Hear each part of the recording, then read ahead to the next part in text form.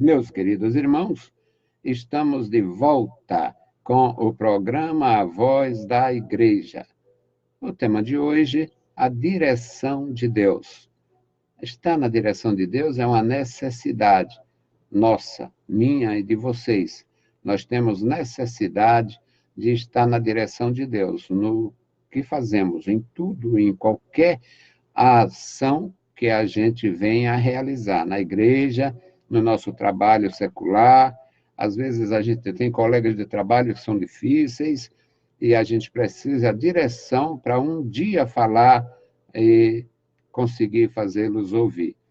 Eu tenho muita experiência nisto. Entrei numa empresa que tinha uma idolatria terrível. Na entrada tinha uma carranca, que é a crença que aquilo ali afugenta logo o mal. E o mal estava tão dentro daquilo ali que não tinha carranca que expulsasse. Era terrível aquele ambiente, muita desarmonia, muita maldade, muita coisa, e não tinha um crente, ou não tinha, não sei. A verdade é que era muito difícil. E na mesa que eu me sentei para trabalhar naquela empresa, tinha duas imagens de escultura, porque tinha uma imagem em cada lugar, tinha uma imagem de escultura em cada lugar daquela empresa. Ou um nicho, ou uma tábua, ou tinha uma imagem todo. Não tinha um ambiente que não tivesse pelo menos uma imagem de escultura. E eu usava aquela imagem que estava na minha mesa para evangelizar. Olha, isso aqui está na minha mesa porque os donos não têm conhecimento, mas eu não acredito nisto, porque sei que é uma perversidade espiritual. Quem criou, criou com má intenção ou porque o diabo enganou. Aí eu evangelizava. Não, vai deixar isso aí. Chegava um canto, irmão, isso deixa que é minha oportunidade. Olha, isso aqui está aqui e não faz mal a ninguém. Nem faz mal e nem faz bem. Isso é uma porcaria, não vale nada. Nem faz o bem, nem faz o mal. E eu evangelizei ali. Então, meus amados irmãos, precisamos estar na direção de Deus. Se você entrar numa empresa e tiver uma imagem de escultura na sua mesa, na sua sala, no seu birô, procure entrar e estar na direção de Deus, que você não tem problema com aquilo. Pelo contrário, pode até abrir portas. Então, eu louvo a Deus porque eu trago temas assim para você aprender, para nós aprendermos. Eu preciso aprender todos os dias. A melhor coisa que existe é estar na direção de Deus. Programa Voz da Igreja, o tema na direção de Deus e o texto Atos dos Apóstolos 8, 26 a 35. Nós vamos ler e vamos orar de novo e aprender juntos. Aprender juntos, que é uma maravilha a gente dividir o conhecimento e somar o conhecimento. Atos dos Apóstolos, capítulo 8, versículo 26. E o anjo do Senhor falou a Filipe, dizendo: levanta-te e vai para o lado do sul, ao caminho que desce de Jerusalém para Gaza, que está deserta. E levantou-se e foi, e eis que um homem etíope, eunuco mordomo Mor de Cândace, a rainha dos etíopes, o qual era superintendente de todos os seus tesouros, e tinha ido a Jerusalém para a adoração. Regressava e, assentado no seu carro, lia o profeta Isaías. E disse o Espírito a Filipe: chega-te e ajunta-te a esse carro. E, correndo Filipe, ouviu que lia o profeta Isaías e disse: entendes tu o que lês? E ele disse: como poderei entender se alguém não me ensinar? E rogou a Filipe que subisse e com ele se assentasse. E o lugar da escritura que lia era este: foi levado como ovelha para o matadouro, e como está mudo o cordeiro diante do que o tosquia, assim não abriu a sua boca. Na sua humilhação foi tirado o seu julgamento. E quem contará a sua geração? Porque a sua vida é tirada da terra. E disse o eunuco a Filipe: rogo-te, de quem diz isto o profeta? De si mesmo ou de algum outro? Então Filipe, abrindo a boca e começando nesta escritura, lhe anunciou a Jesus. Aleluia! Bendito seja o Senhor. Bendito Deus, Pai Santo, Pai querido, Senhor da glória, nós te louvamos. Te louvamos pela tua palavra, te louvamos pelo teu amor, te louvamos pela tua bondade, te louvamos, meu Senhor, pela tua mão estendida sobre nós. Continua conosco, Pai, e abençoa os nossos amados irmãos que estão conosco na emissora, os que estão online e os que terão, meu Senhor, contato com as nossas publicações. Amado Pai, ouve a nossa oração, nós oramos, nós agradecemos em o santo nome de Jesus. Amém. Louvado seja para sempre o nosso Deus. Meus queridos irmãos, a função máxima da igreja é anunciar Jesus. Hoje tem igrejas de todos os jeitos, tem igreja só para negro, igreja só para branco, igreja só para homem, igreja só para mulher, igreja só para quem não quer ser homem, igreja só para quem não quer ser mulher, igreja para todo jeito. Tem a igreja dos corruptos, tem a igreja dos comunicadores, dos homens de alto nível, tem a igreja dos políticos, tem a igreja dos corruptos, amaziados, tem a igreja dos que não querem mulher, que são celibatários de Araque, tem a igreja de toda a natureza. E o que eles fazem, além de aparecer como sendo alguma coisa, alguém, o que eles fazem? Na grande maioria, não. Primeiro, não sabem quem é Jesus. Conhece Jesus? Os que não gostam de mulher e são celibatários, conhece Jesus porque a igreja deles diz que Jesus é aquilo. Sujeito bonito, cabelo bem penteado, bem repartido ao meio. Aí tem outros que conhecem Jesus porque ouviu falar. Tem alguns que conhecem Jesus porque a tradição descreveu. Outros conhecem Jesus, mas não aceita a autoridade das Escrituras e não aceita a tradição ou as igrejas históricas, porque as igrejas históricas limitam as pessoas, e quanto Jesus aceita a gente é do jeito que a gente está. E vão fazendo uma espécie de proclamação do Cristo falso. Eles proclamam outro Cristo, outro Jesus, é outra coisa, é outro evangelho, é outro Senhor. Porque o Senhor das Escrituras, o Senhor Jesus do Novo Testamento, ele dizia, vai, não peques mais. Aí o sujeito diz que é cristão, ele sai dali e continua fazendo a mesma coisa que sempre fazia. Continua fazendo a mesma coisa. Trocava de mulher quando era artista, aí se torna um artista cristão e fica trocando de mulher do mesmo jeito. Alguns que eram do outro partido e continuam do mesmo jeito. E ainda tentam justificar, porque na Bíblia tinha alguns homens que não tinha, a gente não conhece o nome da esposa, Paulo não tinha esposa, e o sujeito fica querendo se equiparar a Paulo porque não tinha esposa. E nas demais coisas, e na santidade, e na ação evangelizadora, em tudo que Paulo fez, e os inimigos não reconhecem isto.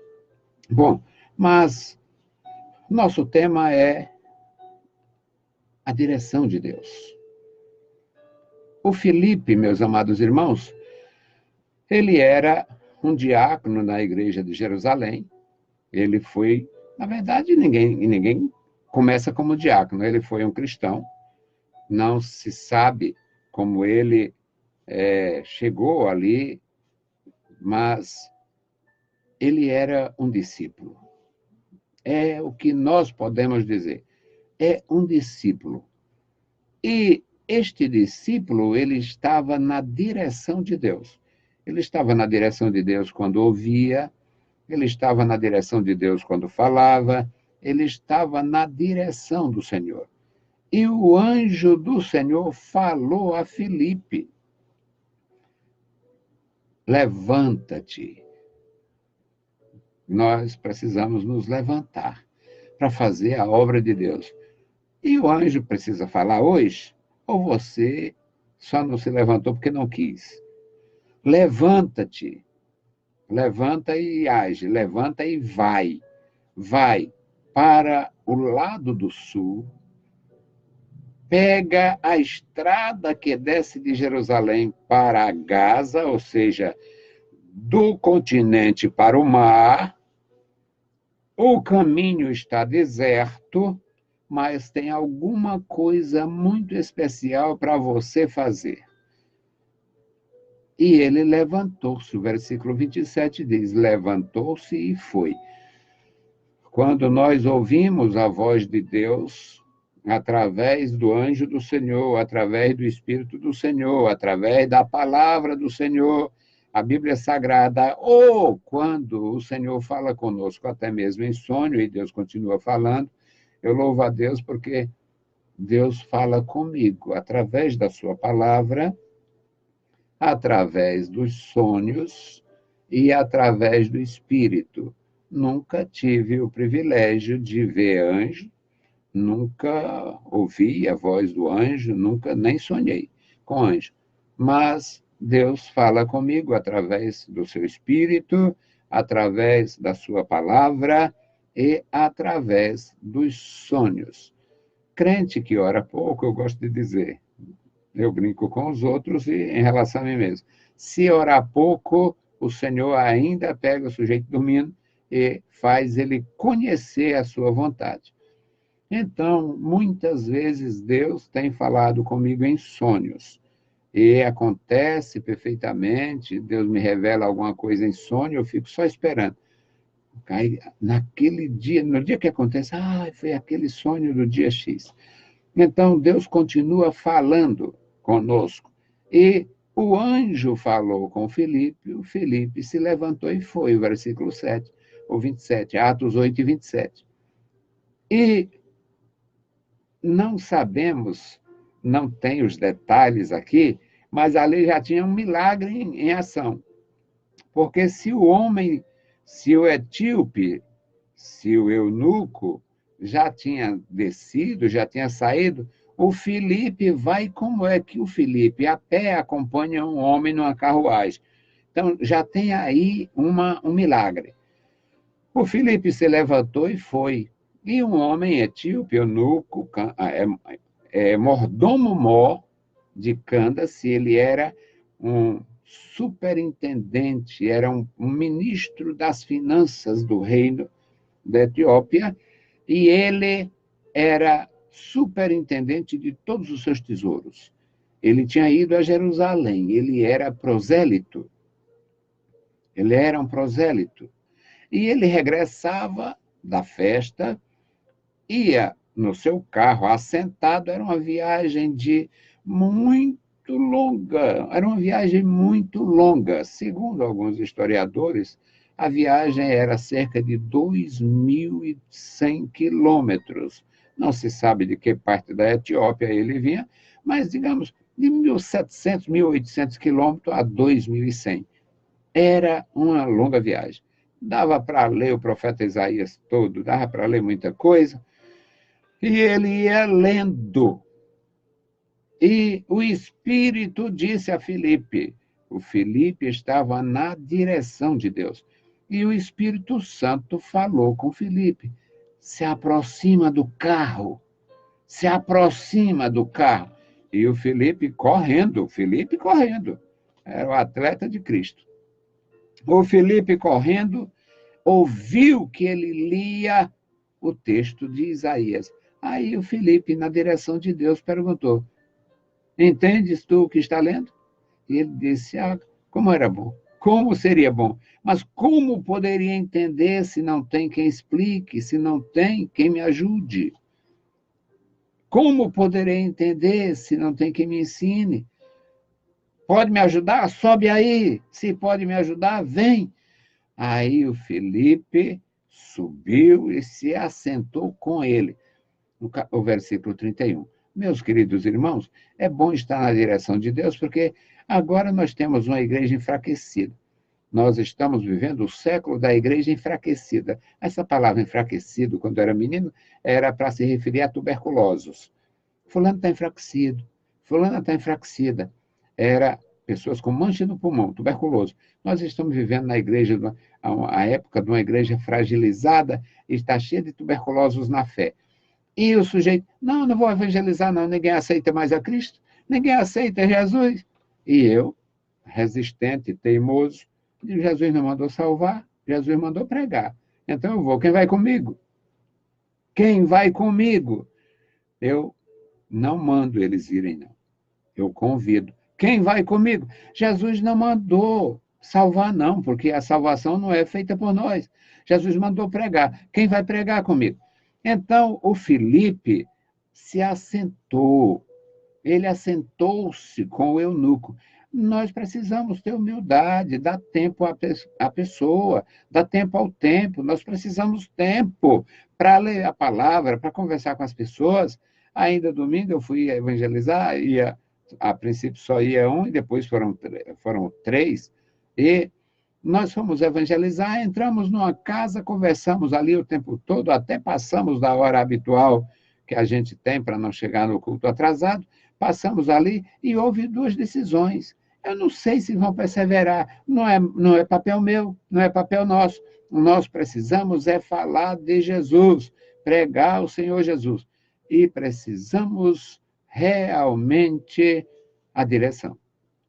E o Filipe assentou-se com ele.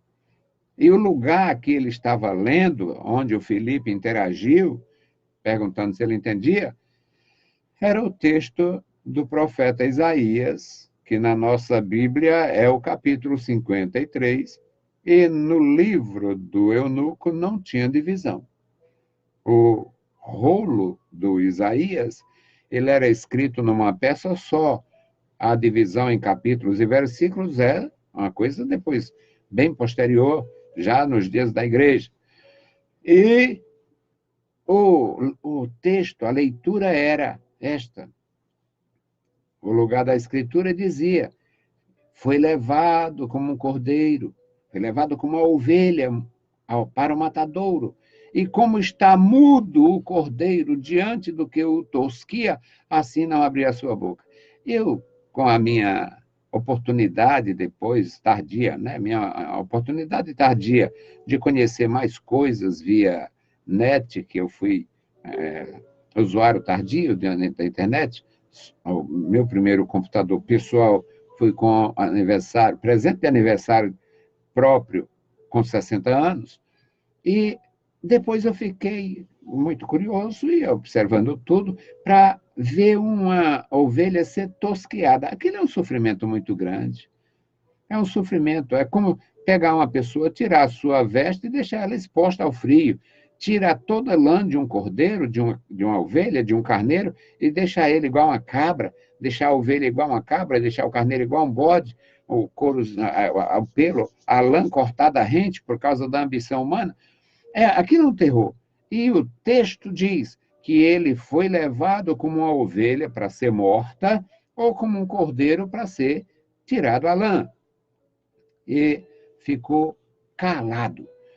No versículo 33 diz que na sua humilhação foi tirado o seu julgamento, ou seja, ele foi acusado, ele foi julgado, foi condenado à morte e não abriu a boca. Isso impressionou de uma forma maravilhosa, de uma forma gloriosa, o leitor, que era o eunuco, o mordomo de Candace. E ele agora tem quem explique, porque ele pergunta ao Filipe: me diga uma coisa, de quem o profeta está falando? De si mesmo ou de outra pessoa, ou de outro ser? De quem o profeta está falando? Aí o Filipe, abrindo a boca, o Novo Testamento escrito em grego, e a língua grega ela é assim. A língua grega ela tem uma característica completamente diferente da nossa língua. O que para nós é um erro, eu subir para cima, ou eu descer para baixo, ou eu abrir a boca e falar, no grego é absolutamente natural. É regra linguística. Até porque ninguém fala sem abrir a boca. Sem abrir a boca, o sujeito pode escrever, pode pensar e pode gesticular, mas para falar tem que abrir a boca. Então, a língua grega ela é linda. Eu tenho só uma noção do grego clássico, do grego koiné e do grego moderno, que fiz um curso apressado. Então, o resultado, meus irmãos, é que ele, abrindo a boca e começando nesta escritura, anunciou Jesus. Não tem outra razão da igreja existir a não ser para anunciar Jesus. Não tem outra razão do crente agir e servir a não ser esta, anunciar Jesus. Agora, é necessário estar na direção. Ouviu a voz do anjo, não duvidou. Ouviu a voz do Espírito, não duvidou. Ouviu a voz da razão e não duvidou.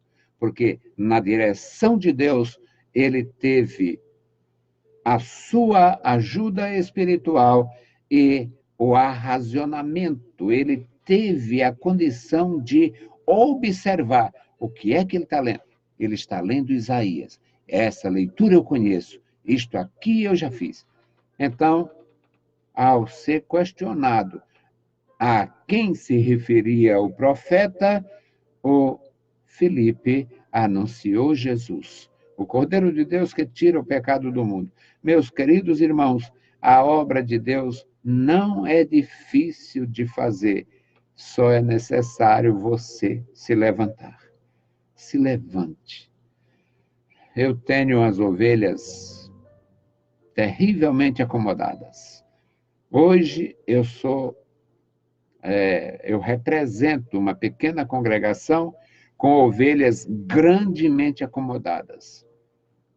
E qualquer pastor nos dias de hoje, se for pastor grande que tem 1 milhão de ovelhas e pode desperdiçar com seus discursos, botar a perda com seus discursos, alguns conseguem além, porque o problema é aliciar, então esse aqui vai e outro vem, porque eu sei aliciar, mas no meu caso, que não gosto, não posso, não preciso e não quero aliciar, eu hoje tenho grande dificuldade administrando uma igreja acomodada. Gente que não se levanta mais para falar do amor de Jesus. Alguns se compraz em cantar. Aí canta pouco, canta ruim e canta para crente. Alguns não fazem praticamente nada para o Senhor Jesus.